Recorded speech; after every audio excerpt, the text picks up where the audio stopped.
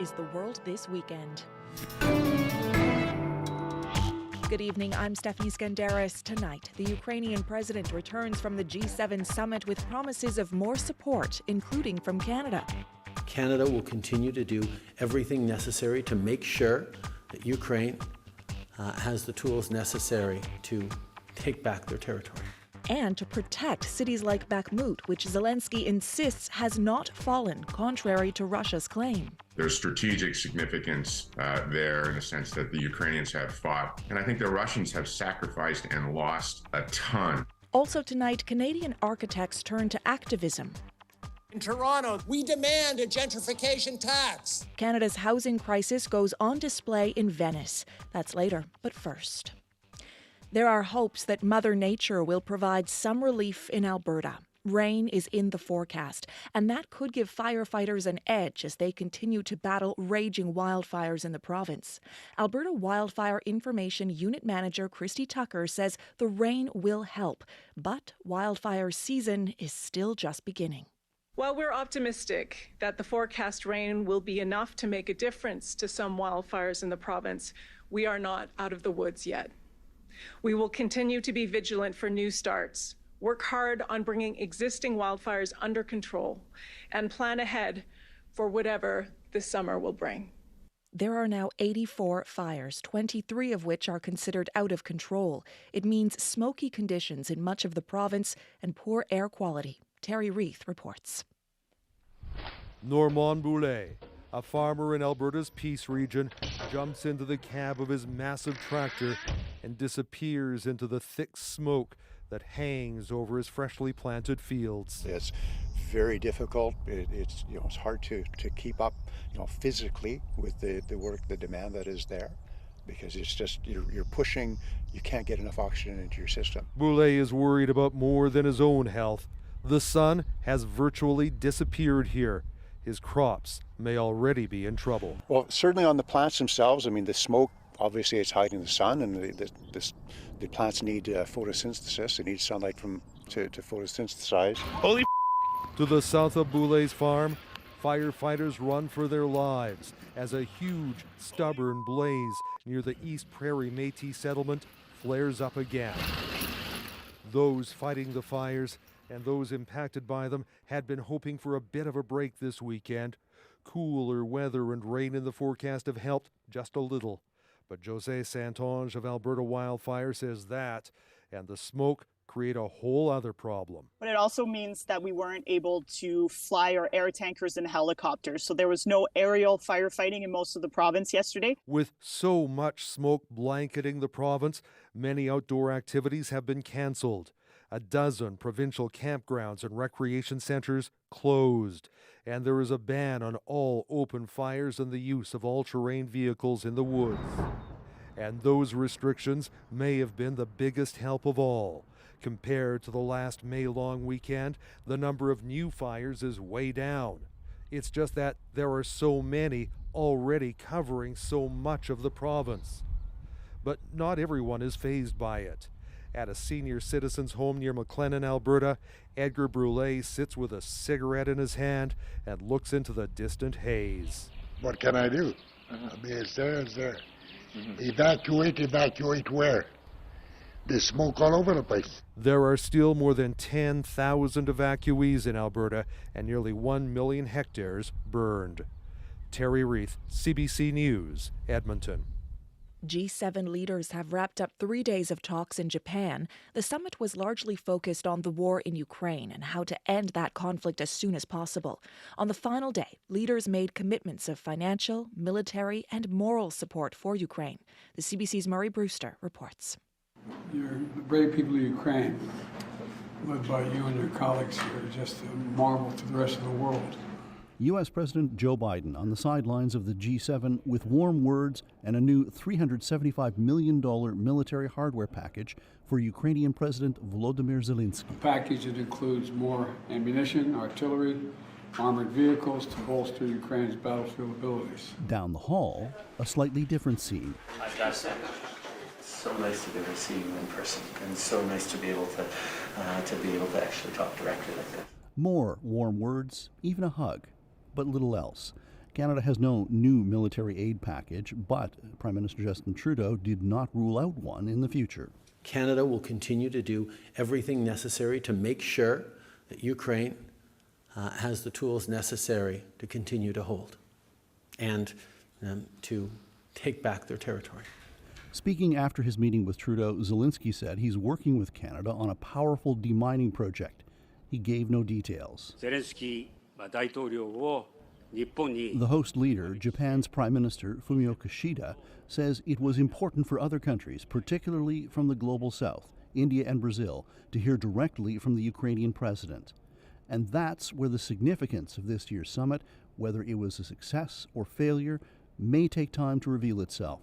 Zelensky met with Indian Prime Minister Narendra Modi, whom experts believe can be coaxed off the sidelines to play a meaningful diplomatic role. India sees itself as a country on the rise. Narendra Modi holds the presidency of the G20 this year. Tristan Naylor is an expert in international summits and diplomacy from Cambridge University in the UK.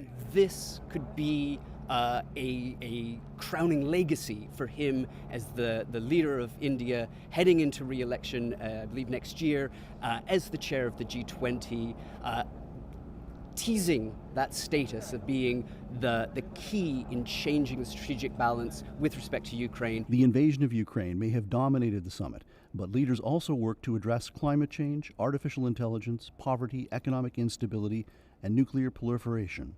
Canada insisted on calling out China in the final communique, demanding Beijing respect diplomatic norms and not politically interfere in other countries. Murray Brewster, CBC News, Hiroshima, Japan. As Volodymyr Zelensky met with leaders of the world's top democracies, Russia's defense ministry claimed Wagner Group forces captured the city of Bakhmut, which has been the site of one of the longest and bloodiest battles of this war. But Ukraine is contesting that claim, saying it's still fighting. Kate McKenna has the latest. Standing atop rubble, mercenaries from the Wagner Group waved a Russian flag and claimed victory. Its leader, Yevgeny Prigozhin, says the city has been captured down to the last centimeter. He says there are no Ukrainian soldiers left, only corpses. The Battle of Bakhmut is the longest and bloodiest fight of the war. The city is reduced to burnt ruins. The number of casualties on both sides in the thousands. First of all, if reports are accurate, I mean, there's not much left of Bakhmut. Admiral Mike Mullen is the former U.S. chairman of the Joint Chiefs of Staff. He spoke with CBC's chief political correspondent, Rosemary Barton. And I think the Russians have sacrificed and lost a ton of people, of forces, of military capability. So in that respect, it's been a draw of their forces. Bakhmut holds little military value. A small city on a front line 1,000 kilometers long. But it has become a Ukrainian symbol of resistance. Today, Ukrainian President Volodymyr Zelensky denied the city has fallen. He claims there are still Ukraine fighters within its borders. Ilya Ponomarev is a former Russian lawmaker now living in Ukraine. Speaking on Rosemary Barton Live, he says he's seen evidence that soldiers are still in Bakhmut. I'm receiving pictures which showing them they are within the city, but Russians are claiming that they captured it all. So obviously they are lying, but it also shows that they very much want to claim victory. Despite Russia's claims, there are other signs that the fight isn't over. The Ukrainian army has made gains on the outskirts of the city, giving it a small tactical edge in future fighting. Plus, the deadly Wagner Group plans to pull out soon, leaving the Russian military to defend it alone. Mullen says Ukraine is planning to launch a massive counteroffensive, using aid from its allies to take back Ukrainian territory seized by Russia. I don't think there's any question that it's coming. I don't have great expectations that the Russians are going to be able to fight a whole lot better than they have in the past. At the G7, allies pledged their unwavering support, putting the world's focus on this small beleaguered city still at the center of a global conflict. Kate McKenna, CBC News, Ottawa. After weeks of open fighting, the two warring factions in Sudan have agreed to a 7-day ceasefire. Sudan's armed forces and the paramilitary Rapid Support Forces signed the agreement in Jeddah, Saudi Arabia, just after the end of the Arab League summit. The agreement is backed by the U.S. and Saudi Arabia, but as Philip Lishanok reports, many are skeptical about whether it'll hold. Ismail Hussein fetches water for his pregnant wife, who shelters under a tent in an Ethiopian refugee camp. He says the couple fled fighting in the Sudanese capital. It took days to get to the border. I lost everything I had in Sudan, and now I have to start from nothing, he says. The International Organization for Migration says more than 840,000 people have been displaced within Sudan by the fighting, and almost 260,000 have fled to neighboring countries. Abibitu Wayne Fall is head of the IOM Ethiopia. The needs are huge. We still people after a long journey, people arriving in dire conditions. 21-year-old Sarah Wayne Eders Ali says she's lost her family, friends, and her home. But she hopes to return to Sudan once it's safe. I wish for peace and security, and I don't want to hear the sound of gunfire, she says. This weekend, the Sudanese army and the paramilitary Rapid Support Forces agreed to a U.S.-Saudi brokered ceasefire. It promises an internationally supported monitoring mechanism, but there are a few details about what that is. Amjad Farid Al-Tayyib, a former government advisor, is doubtful this ceasefire, the 7th announced since the conflict erupted on April 15th, will be any different. None of them materialized. Actually, the fighting have intensified after each announcement. And he says fighting continues as the two sides try to make gains before the agreement comes into effect Monday evening. And you cannot stop the fighting by allowing more fighting. Observers say without a monitoring mechanism with clear consequences and internationally mediated talks, the fighting will likely continue. The World Health Organization says more than 700 people have been killed and at least 5,300 injured since fighting began. Philip Lishanok, CBC News, Toronto. Greece's Prime Minister Kyriakos Mitsotakis has won a landslide victory in the country's election, but his conservative New Democracy Party has still fallen a few seats short of an outright majority. Mitsotakis could opt for a coalition, but it seems more likely there will be a second vote, with Greeks heading back to the ballot boxes in about a month. This is the first election in Greece since its economic supervision ended after a decade-long financial crisis. The world's most prestigious architectural exhibition opened this weekend in Italy, and at this year's Venice Architecture Biennale is a collective of 6 architects representing Canada. Their show focuses on solutions to one of Canada's most urgent problems, the housing crisis. Megan Williams reports from Venice. We demand land back. Not the usual launch to a show at the Venice Architecture Biennale, with the 6 architects led by University of Waterloo professor Adrian Blackwell leading a call and response outside Canada's teepee-shaped pavilion on the Venice Lagoon. In Toronto, we demand a gentrification tax. The collective, selected by the Canada Council for the Arts to represent Canada in Venice, has eschewed the often ego-driven approach of shows here, instead deciding from the get-go to launch a campaign aimed at Canada's housing crisis that has left millions in inadequate housing or with no shelter at all. We thought very early on that we would, in a generous, optimistic way, kind of misuse all of the incredible funding that comes with this opportunity to do something meaningful back in Canada. Says Matthew Solis, a professor at UBC's Architecture School. Huge banners with housing reform slogans and easy-to-understand diagrams of proposed solutions hang inside the pavilion. The central target of the show is the now dominant paradigm of housing as a financial commodity, where some get rich, says UBC housing historian Sarah Stevens, and others are literally left out in the cold. There's no way to kind of exist in Canada and the housing that we have without being part of those markets, right? And if the markets can't respond to what you're able to afford, what you're not able to afford at any given moment, then you can't have access to your basic rights to housing. The collective is called Architects Against Housing Alienation. It also includes housing activists and advocates. It's making 10 core housing demands, from returning Crown land to Indigenous peoples and intentional communities for homeless people to a gentrification tax. Métis architect and University of Waterloo professor David Fortin is working on a plan for bringing houses to Indigenous communities by creating a constellation of manufacturing hubs where each community will build only certain components of a house, providing local input and jobs. So if you're a smaller community, maybe you can start to manufacture all the exterior doors. UBC architecture student Anaïs Trembling says the show, called Not for Sale, has shifted how she sees her role as a future architect in a world where housing is often reduced to financial speculation. Really helping us bring the activism component into architecture. A component that was loud and clear here in Venice, as architect and collective member Tijana Vujosovic and others sent out a rallying cry for solutions to a crisis that has gripped Canada and beyond. And we want you to go back to your countries and continue this struggle for a basic human right that these architects want all Canadians to have. Megan Williams, CBC News, Venice.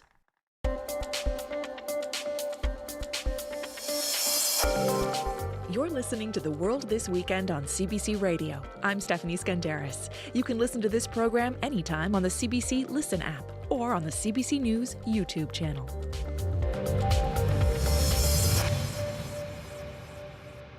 The American civil rights organization, the NAACP, has issued a travel advisory against Florida, calling the state hostile to African Americans, people of color, and LGBTQ+ individuals.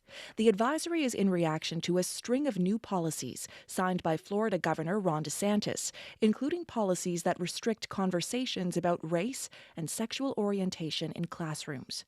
Brenda Torres is an organizer of a Pride celebration in Florida that recently canceled its event. She says she's alarmed by how the government's policies are affecting her hometown. It's just more bells of alarms as to the extent that many of these organizations have to go through in order to protect just basic rights of humanity. So to have such warnings at such a heightened time when this is when everybody's graduating and looking forward to celebrating and coming to Central Florida. And so, yes, it's scary and alarming all at the same time. Earlier this year, the DeSantis administration also rejected a college-level African American studies course from being offered in Florida high schools. Now we bring you a story on something you've been hearing a lot about lately: foreign interference, but it's a little different.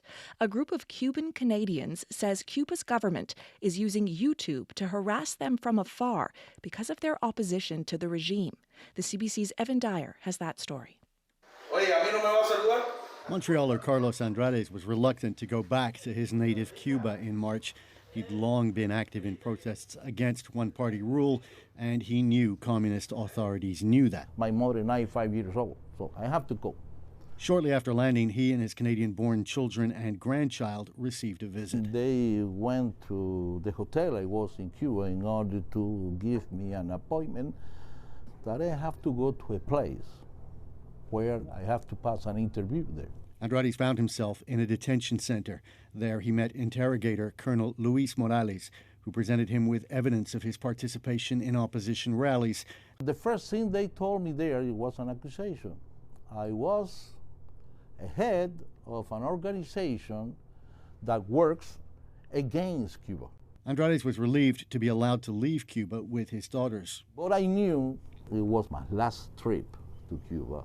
A week later, I see that.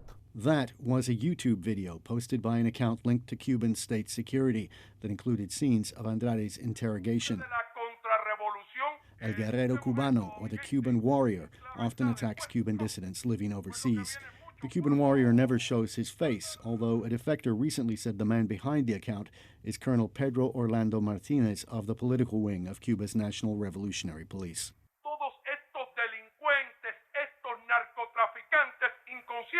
The video named Andrades and 12 other Cuban Montrealers as conspirators trafficking cocaine from Colombia to Canada. Felix Blanco is one of the 13 and also active in opposition protests. They accused me that I was a drug trafficker here in Montreal, that we were doing drugs to find money to do terrorism against the Cuban people in Cuba. Named as the head of the organization is Maximo Morales, a businessman who 30 years ago was convicted in Montreal's largest ever cocaine seizure. Coke in proportions Montreal police have never seen before. Morales made millions of dollars working with the Medellin cartel in the 1980s.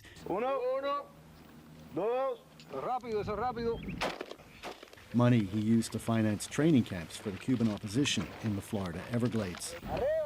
3 decades later, he says he's changed his life and his businesses are legitimate. Mis negocios son legítimos.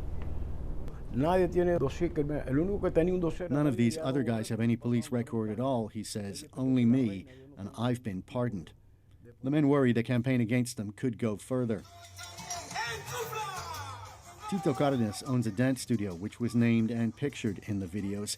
He thinks he was included on the list because he gave an interview critical of the Cuban Communist Party, featured in a Radio Canada news story. Ahora, yo creo que el próximo paso que van a dar es tratar de poner un elemento físico. I can't check everyone coming and going, he says, and he fears the next step will be to plant drugs in his business. The men have alerted authorities that there could be more concrete efforts to incriminate them. Felix Blanco. And I went to the police and I said, look, I'm afraid that they put something in my house, that they put something in my car. But CSIS, the RCMP, and local police all said there was nothing they could do. Maximo Morales Jr., son of the alleged head of the organization, is also named. For me, I wish that the Canadian government would do more to protect its Canadian citizens and residents who are escaping dictatorships. Those kinds of regimes, they don't stay in their borders. The Cuban embassy didn't respond to questions about the case, and neither did Canada's Department of Public Safety or Global Affairs. As for the 13 Montrealers, they say they plan to keep on campaigning for change in Cuba. Evan Dyer, CBC News, Montreal. Well, it is the May long weekend, known in some parts of the country as May 2-4. And as that name suggests, more than a few of us will be cracking open a cold one. But one Canadian senator wants you to have a second look at that can or bottle of choice. He's calling for warning labels to be put on all alcohol sold in the country. JP Tasker explains.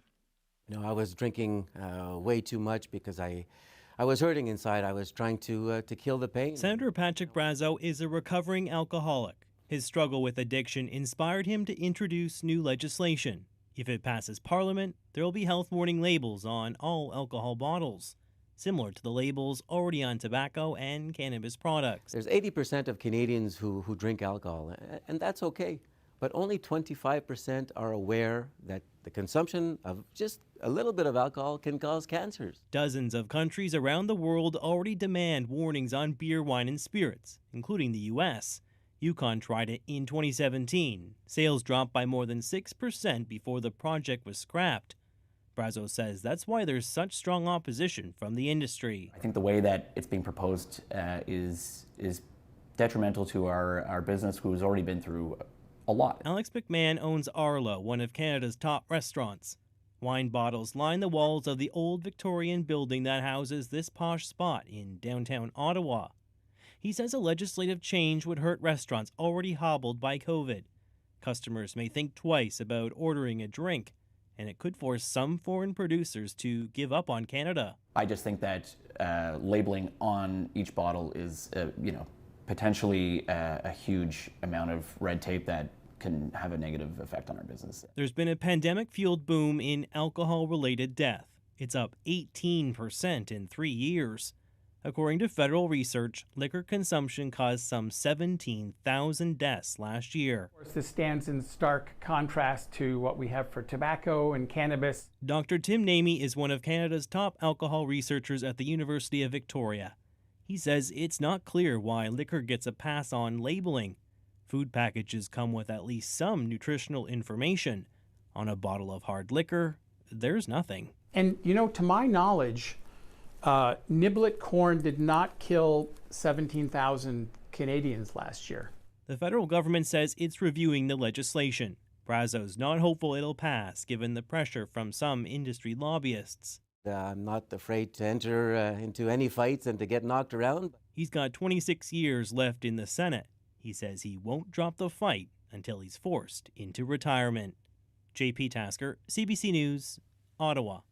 For more than a century, planes have patrolled the cold waters off the coast of Newfoundland. Their mission? Spotting icebergs and sending warnings to mariners below. The International Ice Patrol is run by the U.S. Coast Guard, but it's winding down the flights and opting for different methods of detecting icebergs. The CBC's Zach Gowdy gets on board and brings us this report. I mean, it's going to be a shame when this mission stops because it's absolutely amazing coming up here and doing it. Aircraft Commander William Hesbrook looks out the cockpit window and sees a sight that would take your breath away. A towering iceberg, glimmering white, adrift in the endless blue of the Atlantic Ocean. Just another day for the crew of the International Ice Patrol. But days like this are coming to an end. Tactical Commander Alex Hamill says technology is taking over. So satellite imagery is our new primary tool. We can get large areas of coverage with satellite images. We're towards the end of the era of the aviation mission. And soon the satellites will be doing all of the work. The crew figures they've got at least another full season of flying, but this mission is heading towards the sunset. Commander Hasbrook says there's a real last dance vibe in the plane these days. I'm due to transfer up to Kodiak, Alaska this summer, so this is probably going to be my last International Ice Patrol flight. So it definitely does have a last dance vibe for me. This story goes all the way back to 1912, when the Titanic struck an iceberg off the coast of Newfoundland. More than 1,500 people died. 2 years later, the International Ice Patrol was born. The patrol keeps watch on icebergs from above and gets word out to ships below, and still will, except they'll be tracking bergs from a computer screen instead of an airplane window. As technology does get better and we're able to do this via satellite, it does save a lot of man hours, and it's a lot safer, obviously. Chief Petty Officer Michael Berlin works as an ice observer with the patrol. He says there are upsides to the change. It's tough being away from the family on these deployments, so it does make it nice to be more in that Monday through Friday type job. But at the same time, this is an experience that just very few people get. Before today's flight ends, the crew has one more iceberg to check out. For Commander Hasbrook, it's a last chance to take in the view and think of what he'll take with him when this plane touches down. Just spending the time with the whole crew, seeing all the icebergs. It's awesome that we got to see a lot of beautiful big icebergs today. And I mean, couldn't ask for a better last patrol. Zach Gowdy, CBC News, on board the International Ice Patrol. I don't want to go and talk too long. I know it was wrong, but never said I was sorry. Miley Cyrus has another hit on her hands with Jaded, the second single from her album Endless Summer Vacation. It's more than enough to sell out an arena, but don't expect that to happen anytime soon. In a new interview with British Vogue, Miley says she doesn't want to tour anymore, calling it isolating. And she's certainly not the only one taking a step back from the stage. Oh, I've been shaking. I love it when you go crazy. You take all my inhibitions. Baby, there's nothing holding me back. Last year, Canadian star Shawn Mendes cancelled more than 70 performances on his Wonder World Tour to look after his mental health. He didn't rule out touring in the future, but said he needed time to ground himself.